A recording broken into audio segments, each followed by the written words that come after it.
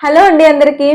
మరొక మంచి ఇంట్రెస్టింగ్ టాపిక్‌తో మీ ముందుకు వచ్చేసానండి. ఈరోజు నేను మీతో షేర్ చేసుకోబోయే టాపిక్ వచ్చేసి మనీకి సంబంధించినవి. సో, ఫైనాన్షియల్ సపోర్ట్ అనేది మనకి చాలా చాలా ఇంపార్టెంట్ కదా! సో, మనీ సేవింగ్స్ కాకుండా అప్పులు అనేవి చేయకుండా ఎలా ఉండాలి? సో, అప్పులు గనుక ఎక్కువగా మనకుంటే వాటిని ఎలా తీర్చేసుకోవాలి అనేది ఈరోజు టాపిక్ అన్నమాట. పర్సనాలిటీ డెవలప్‌మెంట్ స్కిల్స్‌లో మనీ సేవింగ్స్ అనేది చాలా ఇంపార్టెంట్. అంటే ఫైనాన్షియల్ సపోర్ట్ అనేది చాలా ఇంపార్టెంట్. అది మనం అందరం ఖచ్చితంగా తెలుసుకోవాలి. సో, సంపాదించే వాళ్ళైనా, సంపాదించని వాళ్ళైనా సరే, ఆ పొదుపు లేకపోతే ఇన్వెస్ట్ చేయడం ఇవన్నీ కూడా ఇంట్లో ఉండే ఆడవాళ్ళకి కూడా తెలియాలన్నమాట. So, welcome back to our channel wow! Moms గురించి చెప్పాలంటే జస్ట్ వావ్ అనే చెప్పొచ్చు. ఎందులోని తగ్గేదేలే అంటున్న మామ్స్ కోసమే కాకుండా హెల్తీగా, హ్యాపీగా ఉండాలి అనుకునే వాళ్ళందరి కోసం మన ఛానల్‌లో వీడియోస్ ఎప్పటికప్పుడు పోస్ట్ చేస్తూనే ఉంటాను. ఫస్ట్ టైం మన ఛానల్‌లో ఎవరైనా ఈ వీడియోని చూస్తున్నట్లయితే మన ఛానల్‌లో నేను ఎప్పుడు కూడా మోటివేషనల్ వీడియోస్ అండ్ అలాగే పర్సనాలిటీ డెవలప్‌మెంట్ స్కిల్స్ ఇలాంటి టాపిక్స్ మీద వీడియోస్ చేస్తూ ఉంటాను. ఈ టాపిక్స్ మీకు ఇంట్రెస్ట్ ఉన్నట్లయితే మన ఛానల్‌ని ఇప్పుడే సబ్స్క్రైబ్ చేసుకోండి. సో, వీడియోలోకైతే ఆలస్యం చేయకుండా వెళ్ళిపోదాము. సో, ఫస్ట్ అయితే అసలు మనకి అప్పుల బాధ అనేది ఎక్కువగా ఉంటే, చాలా అప్పులున్నాయి అని అంటే టెన్షన్ పడిపోకుండా దాన్ని ఎలా తీర్చేయాలి అనేది కొన్ని టిప్స్ ద్వారా కొన్ని పాయింట్స్ మీతో షేర్ చేసుకుంటాను. సో, ఫస్ట్ పాయింట్ ఏంటి అనంటే అసలు మనకి అప్పులు చాలా ఉన్నాయనుకోండి, బాబోయ్! అని బుర్రలో ఎక్కువ టెన్షన్ పెట్టేసుకుంటే అప్పెలా తీర్చాలి, ఎలా తీర్చాలి అనే టెన్షన్‌లో మనకొక ఐడియా రాదు. సో, ఎప్పుడు కూడా అప్పులున్నాయి అన్నప్పుడు ఒక పెన్ను, పేపరు తీసుకొని మీ బుక్‌లోని లిస్ట్ అంతా కూడా రాసుకోండి. ఒక లిస్ట్ ఔట్ చేసేయండి. సో, ఎన్ని అప్పులున్నాయి? ఎలాంటి అప్పులున్నాయి? వడ్డీ ఎక్కువున్నాయి, తక్కువున్నాయి, దాన్ని ఏది ఎప్పటి లోపల తీర్చాలి? ఎక్కడెక్కడ అప్పులున్నాయి?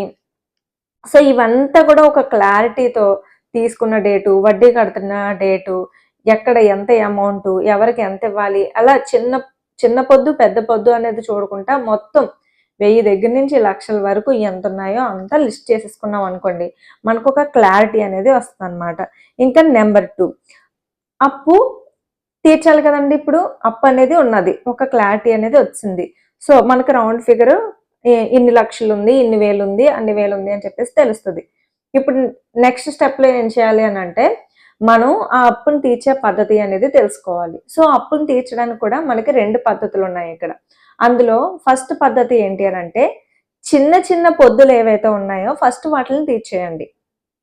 సో, మనకేంటంటే ఒక ఇలా తీర్చేయడం వల్ల సెల్ఫ్ కాన్ఫిడెన్స్ అనేది పెరుగుతదనమాట. ఇప్పుడు 10 మీ లిస్ట్‌లో అప్పులు 10 ఉన్నాయనుకోండి. అందులో చిన్న పొద్దులే 8 ఉన్నాయనుకోండి. బాబోయ్! 10, 10, 10 10 టైప్స్ ఆఫ్ డెబ్ట్స్ నాకున్నాయి. బోలెడన్ని అప్పులు చేసేసాను అని అనుకుంటాం. అందులో చిన్న మొత్తాన్ని నువ్వు ఫస్ట్ తీర్చేస్తే ఒకటి తగ్గిపోద్ది. అంటే 9 ఉంటాయి. అలా చిన్నవేవో ఒక 5, 6 ఉన్నాయనుకోండి. వాటిల్ని వరుసగా కొంచెం కొంచెం తీర్చేసుకున్నామనుకోండి. ఆ లిస్ట్ అనేది ఎక్కువగా కనిపించదనమాట. సో, అప్పు తీర్చడంలో ఫస్ట్ ఇదొక పద్ధతి. దీన్నే డెట్ స్నోబాల్ పద్ధతి అని గూడా అంటారనమాట. సో, చిన్న మొత్తాదులు ఏవైతే ఉంటాయో వాటిని తీర్చేసుకోవడం. అండ్ సెకండ్ పద్ధతి ఏంటి అనంటే ఎక్కువ వడ్డీ రేట్లున్నవి ఫస్ట్ తీర్చేసుకోవాలి. ఎందుకంటే మనకి ఇంట్రెస్ట్ రేట్ ఎక్కువ పడే కొద్దీ సో, అనవసరంగా దానికి ఎక్కువ కట్టేస్తూ ఉంటాము. ఒక దగ్గరేమో మనకి 80 పైసా కొన్ని అప్పులుంటాయి. రూ. 1 అలా రూపాయిన్నర, రూ. 2 వడ్డీకి, రూ. 5 వడ్డీకి కూడా తెచ్చుకున్న వాళ్ళు ఉంటారు చాలా మంది నాకు తెలిసినంత వరకు. సో, అలాంటి అప్పులు గాని ఉంటే ఫస్ట్ ఎక్కువ వడ్డీ అసలు ఎంత పడుతుంది? ఎంత వీలు కుదిరితే మీ దగ్గర ఉన్నప్పుడల్లా వడ్డీ ఎక్కువున్నవి కట్టేయండి. సో, ఇదొక పద్ధతి. ఫస్ట్ పద్ధతిలో చిన్న అప్పులు తీర్చేయాలి. సెకండ్ పద్ధతిలో ఇది.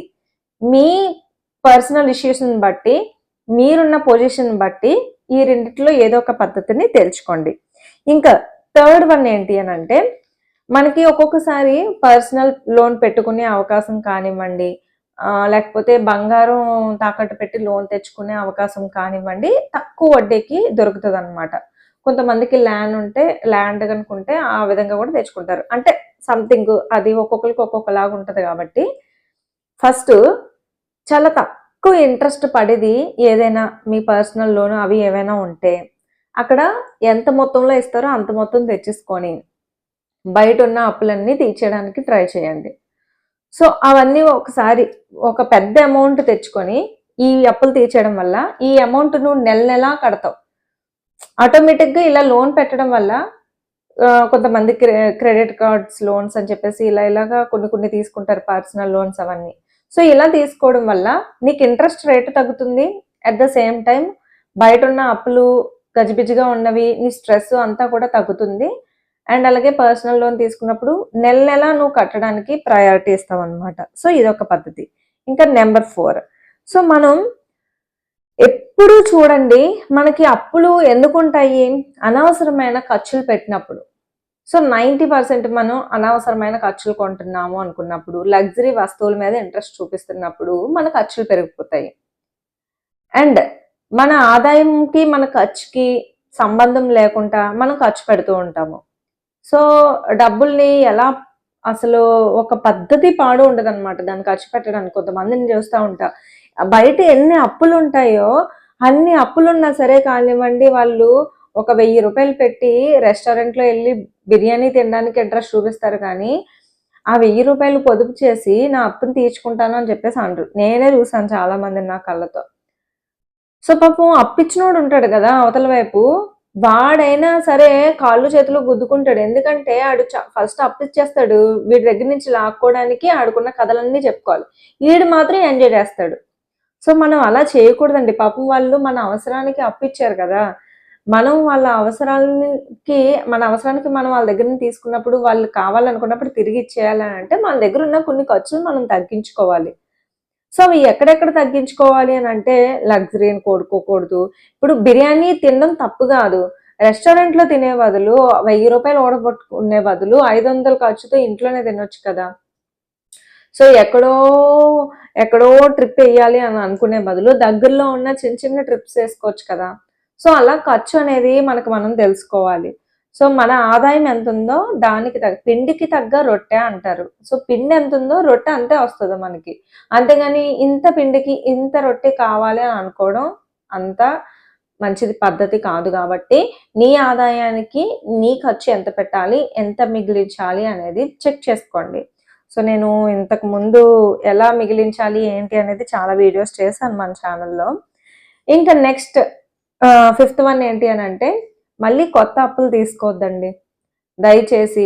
ఈ అప్పుల టెన్షన్లో దీన్ని ఎలా తీర్చాలో తెలియక వీటిని ఇలా ఖర్చు పెడుతూనే ఉంటారు, మిగిల్చరు, తీర్చరు, మళ్ళీ కొత్త అప్పుల మీద పడతారు.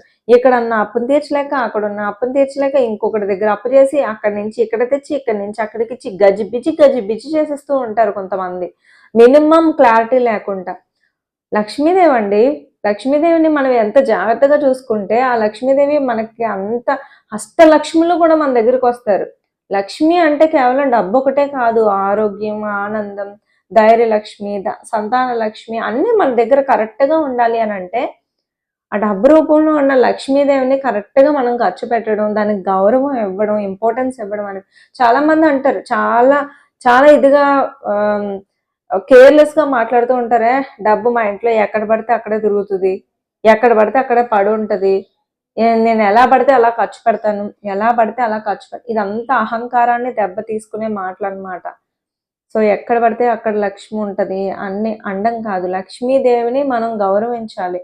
సో మనిషిని ఎలా అయితే గౌరవిస్తామో ఆ అమ్మవారిని కూడా మనం అలా గౌరవించడం నేర్చుకున్నప్పుడు మన దగ్గర నిలబడుతుంది అనమాట. సో కొత్త అప్పులు తీసుకోకండి.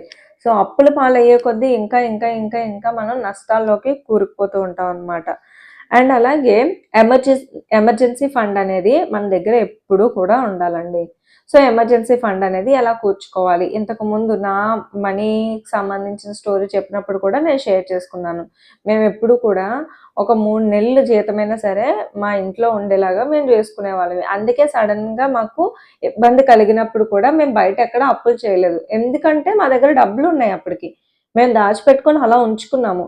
సో ఆ 3 నెలలకి సరిపడగా నీ ఖర్చులు, మినిమం ఖర్చులు ఏముంటాయి అనే ఖర్చులు బేస్ చేసుకొని సడన్గా జాబ్ పోయినా, సడన్గా ఎమర్జెన్సీ ఏమైనా హాస్పిటల్కి సంబంధించినవి వచ్చినా, ఏదైనా ఫంక్షన్ వచ్చినా, ఏదైనా పండగ వచ్చినా ఆ ఎమర్జెన్సీ ఫండ్లోంచి మనం తీసేటట్టు ఉండాలి.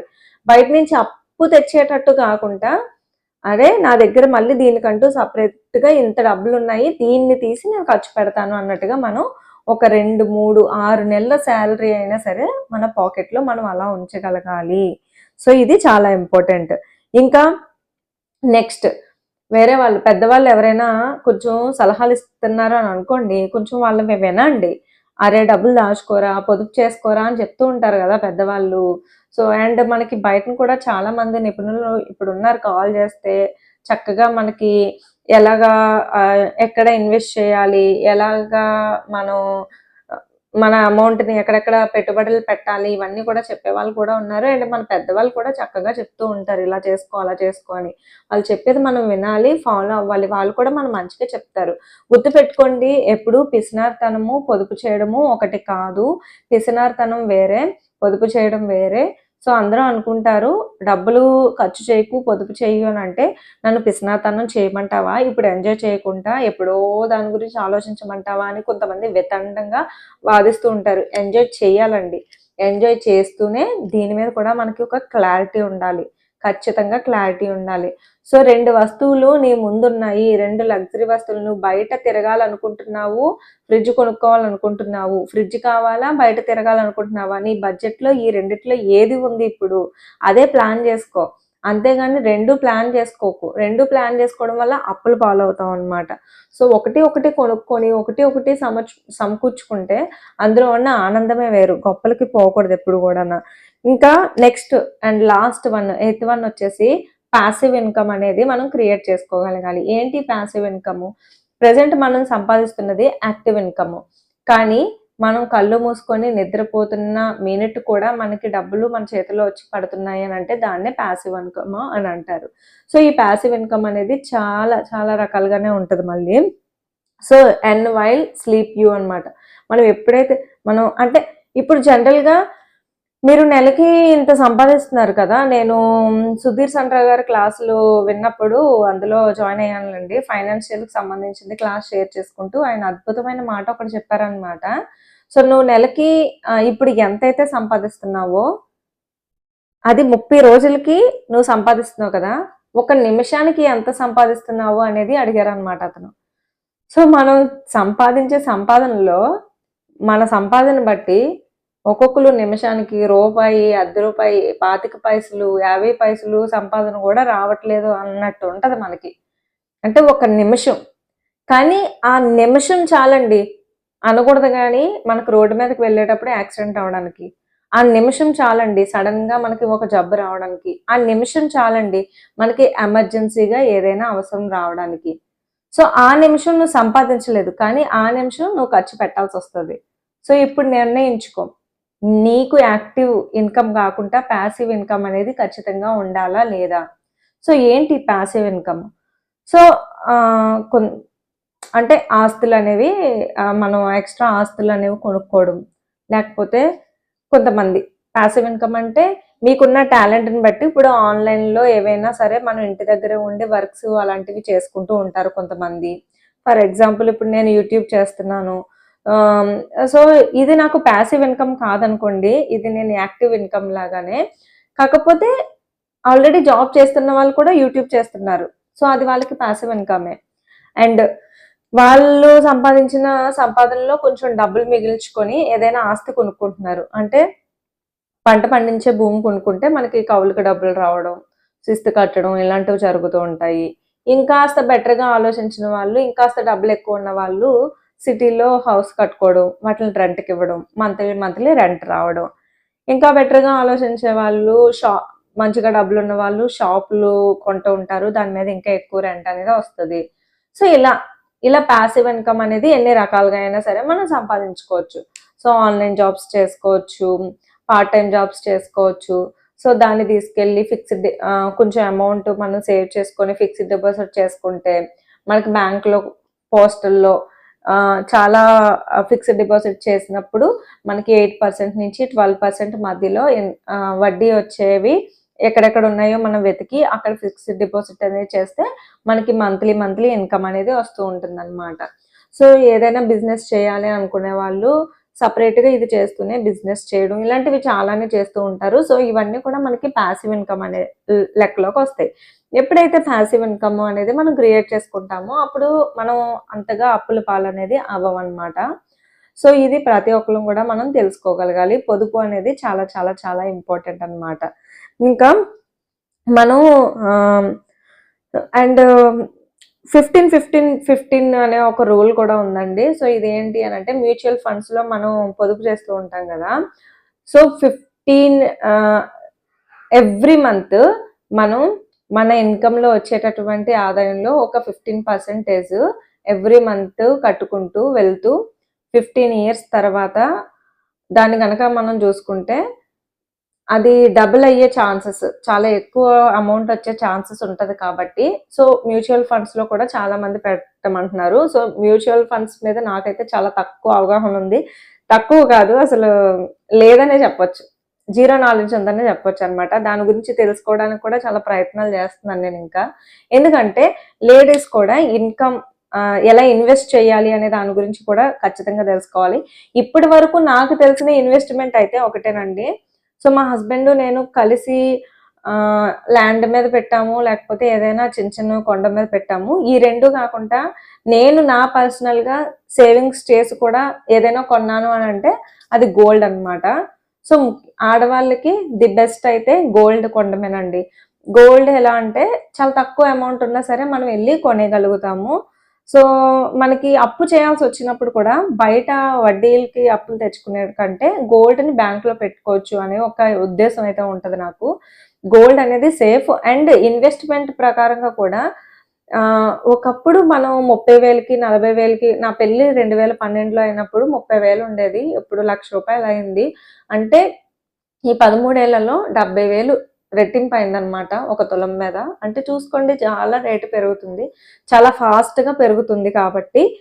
సో ఇఫ్ ఇన్ కేస్ మనకు అవసరమైనప్పుడు గోల్డ్‌ని కూడా అమ్ముకొని మనం దాన్ని లిక్విడ్ అంటే డబ్బుల రూపంలోకి తిరిగి తీసుకోవచ్చు. కాబట్టి గోల్డ్ కూడా మంచి ఇన్వెస్ట్‌మెంటే. సో ఇలా మనం చాలా మార్గాలుంటాయి. దానికేంటంటే ఒక చక్కటి ప్రణాళిక, ఐ మీన్ మనం ఎలా ఖర్చు పెట్టాలి, ఏంటి అనేది మనకొక అవగాహన ఉండాలి. మన గోల్ ఏంటి, మన గోల్‌కి ఎంత అమౌంట్ కావాలి అనేది అవగాహన ఉండాలి. సో ఇలాంటివన్నీ మనం ఫాలో అవ్వాలి. సారీ అండి, పిల్లలు కొంచెం డిస్టర్బెన్స్ చేస్తున్నారు. సో ఇదండి ఇవాల్టి నా వీడియో. నా వీడియో మీకు నచ్చినట్లయితే నా వీడియోని లైక్ చేయండి. ఇంకొంతమందికి యూజ్ అవుతుంది అనుకుంటే షేర్ చేయండి. ఈ వీడియో ఎలా ఉంది అనేది కామెంట్ చేయండి. మరొక మంచి వీడియోతో మళ్ళీ కలుద్దాం. అంతవరకు ఉంటాను మరి, సెలవు. Bye bye.